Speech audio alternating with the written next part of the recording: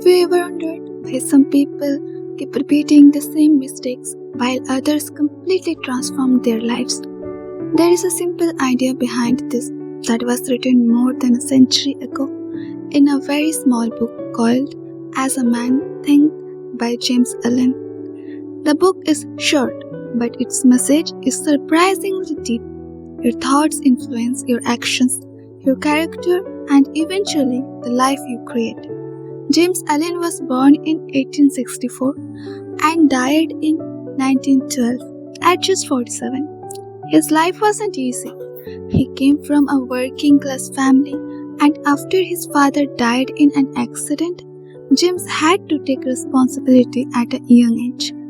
He eventually left school, but he never stopped learning. He worked hard during the day and educated himself in his free time. Later, he began working in a newspaper office where he started writing. In 1903, As a Man Thinketh was published, and here is what makes this book interesting. Allen wasn't simply presenting some complicated theory. His wife later said that he wrote about ideas he had personally experienced and applied in his own life. The central message is extremely simple: thoughts, actions, results, life. Think about it. The thoughts you repeatedly entertain influence the decisions you make. Those decisions become actions. Repeated actions become habits, and over time, those habits shape your character and your life. Allen compares a person's character to the roots of a tree. We usually notice the visible part of a tree, the leaves, branches, and fruits, but underneath the ground is the root system supporting everything. In the same way, our character is the foundation beneath our visible life, and our thoughts are constantly feeding that foundation. Imagine your mind is as a piece of farmland. If you deliberately plant good seeds and take care of them, eventually you will grow something useful.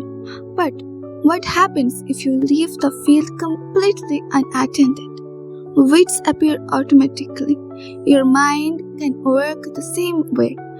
If you don't consciously choose what you consume, what you focus on, and what ideas you repeatedly entertain, negative thoughts can gradually take over. Think about your everyday environment. What kind of people do you spend time with? What kind of videos do you watch? What kind of news do you consume? What do people around you repeatedly tell you about yourself and your future? All of these are inputs, and repeated inputs can become repeated thoughts. That doesn't mean we can control everything that happens around us. We can't. But we can become more careful about what we allow to occupy our minds. The book also gives us an important lesson about our past. Suppose someone broke into your house while you were sleeping and stole almost everything. Would you leave the doors open the next night? No. Next night? Of course not. You would strengthen the locks, repair the doors, and make sure it doesn't happen again. Your past can be treated the same way. You cannot recover yesterday, but you can learn why certain mistakes happened and make sure they don't continue controlling tomorrow. Instead of endlessly asking, "Why did this happen to me?" ask, "What can I learn from it? And what can I change from today?" Another beautiful idea in the book is about purpose. Imagine two things floating down a river. One is a boat controlled by a person who knows where they want to go. The other is simply a piece of floating vegetation carried wherever the current takes it. Both are moving, but only one has direction, and that's how many people live. They wake up, work, consume content, follow trends, react to circumstances, and repeat the same cycle. They are moving, but they are not necessarily processing. A meaningful life needs direction. You need to know what you are moving toward. And that brings us back to the main idea of the book. Your life doesn't suddenly become different because you wished for a different future. Change begins much earlier with what you repeatedly think about, what you believe, and what you choose to act upon. Of course, this doesn't mean every bad event in life is your fault. Life contains circumstances we cannot control, but we can control our response, our habits, our focus, and the direction we choose afterward. That's why, as a man thinketh remains relevant even after more than 100 years. It's a tiny book, but it's not necessarily a book you should rush through.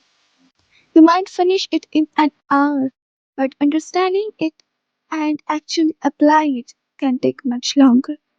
So, here is something I'd like you to think about today. If your repeated thoughts are shaping your future, what kind of future are your current thoughts creating? And one more question. Have you ever noticed a thought or belief that eventually changed your actions and therefore changed your results? Share your experience in the comments. And if you enjoy simple ideas from powerful books, stay connected for the next one. Until then, keep learning, keep thinking, and most importantly, choose your thoughts carefully. Because sometimes changing your life begins with changing what you repeatedly think about. See you next time.